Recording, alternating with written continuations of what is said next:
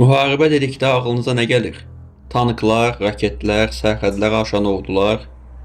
Əgər 21-ci əsrdə müharibələrin hələ də ordular tərəfindən aparıldığını düşünürsünüzsə, böyük bir yanılma içindəsiniz. Ən təhlükəli müharibələr səngərlərdə deyil, otağınızın ən rahat küncündə ekranların parlar işığı altında gedir. Bu fiziki sərhədləri deyil, insan şuurunu, mənəviyyatını və 1000 illik ailə institutunu hədəf alan yumuşaq güc, yəni soft power müharibəsidir.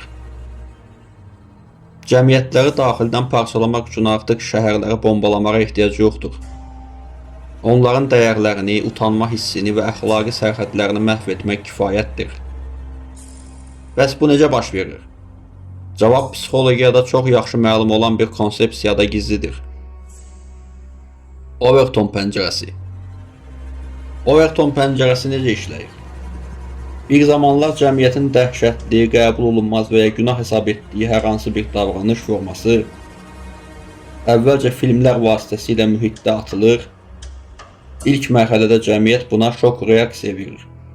Lakin eyni mövzu yüzlərlə fərqli filmdə, serialda və musiqi klipində təkrar göstərildikdə insan beyni bu görüntülərə qarşı duyarsızlaşır, şok hissini yerinə vərdişə verir.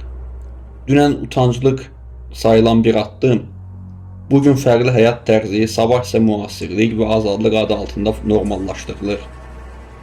Hollywood və qlobal media imperiyaları məhz bu pəncərəni istədiyi istiqamətə itələmək üçün qurulmuş ən nəhəng şuuraltı maşındır. Hollywood sənayesi heç vaxt sadəcə əyləncə təqdim etməyib. Ekran qarşısında oturan milyonlarla gənc fərqində olmadan bir həyat modelini mənimsəyir. Müasir insan kimdir? Hollywoodun tərifinə görə müasir insan hər növ öhdəlikdən azad olan, cinsi sərhədləri tanımayan, eyni anda bir neçə tərəfdaşla yaşayan, ailə qurmağa azadlığın məhdudlaşdırılması kimi görən fərddir. Ailəyə loyal olan, həyat yoldaşına sədaqət göstərən, mənəvi dəyərlərə bağlı obrazlar filmlərdə sistemli şəkildə savadsız, gərizekalı, sıxıcı və ya bədbəxt kimi qələmə verilir.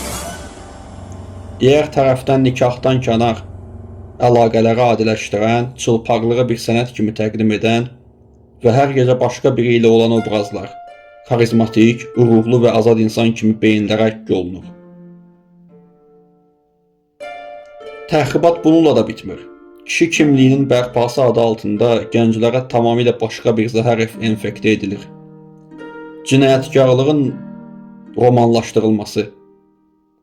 Filmlərdə və seriallarda uyuşturucu tacirləri, mafiya rəhbərləri və vorzakon həyatı yaşayan cinayətkarlar elə bir işıq altında göstərilir ki, yeniyetmə bir oğlan uşağı onlar kimi olmağı arzulayır.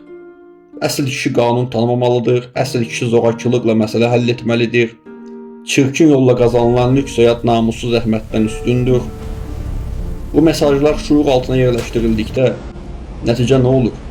Gənclər narkotik bataqlığına yuvarlanır, cinayət, qroplaşmalarına alət olur və həyatlarını həbsxanalarda məhv edirlər.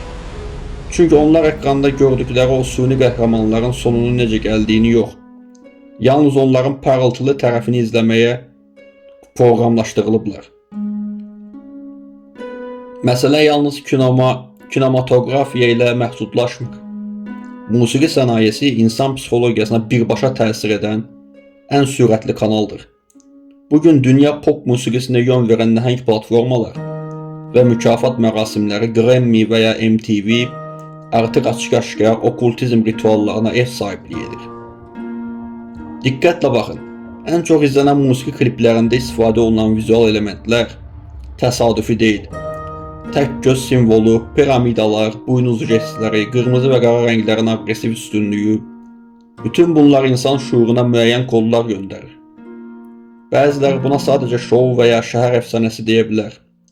Lakin bu şoular illərdir ki, eyni mərkəzdən və eyni simvolika ilə idarə olunur. Məqsəd nədir? İnancı yox etmək, insanların daxilindəki dini və mənəvi dəyərləri ələ salma, obyektinə çevirmək.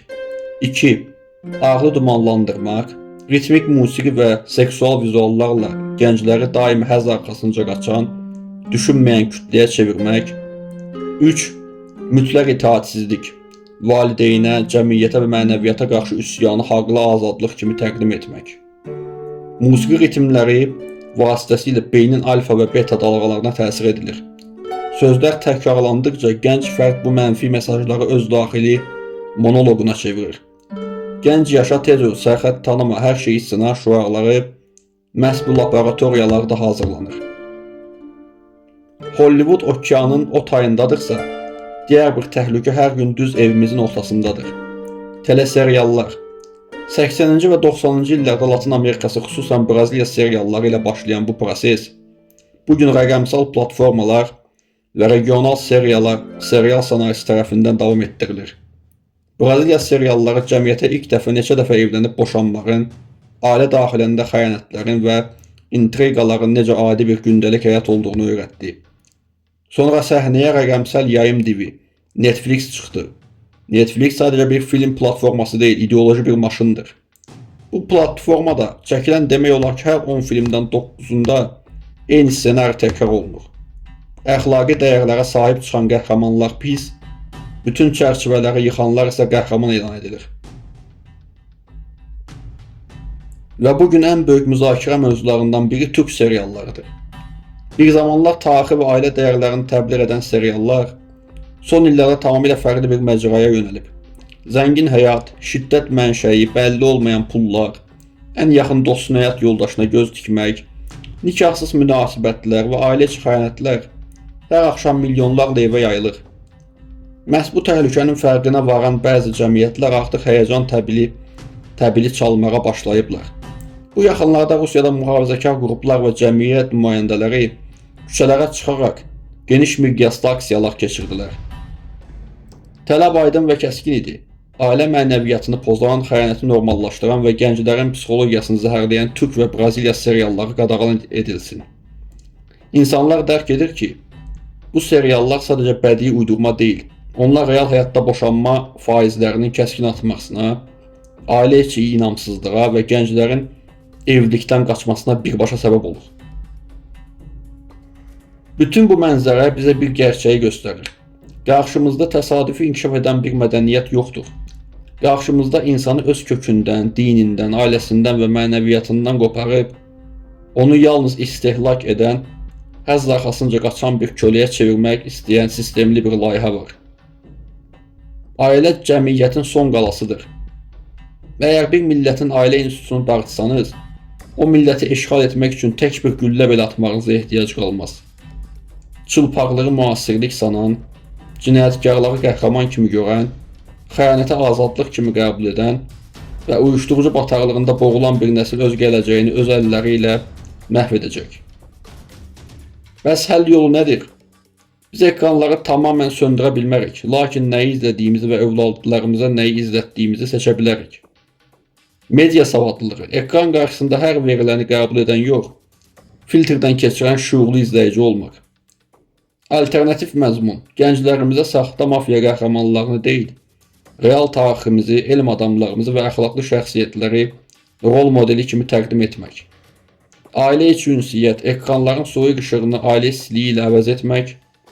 Yaddan çıxarmayın, ekrandakı zəhər yalnız biz gözlərimizi bağladıqda və susduqda təsirli olur.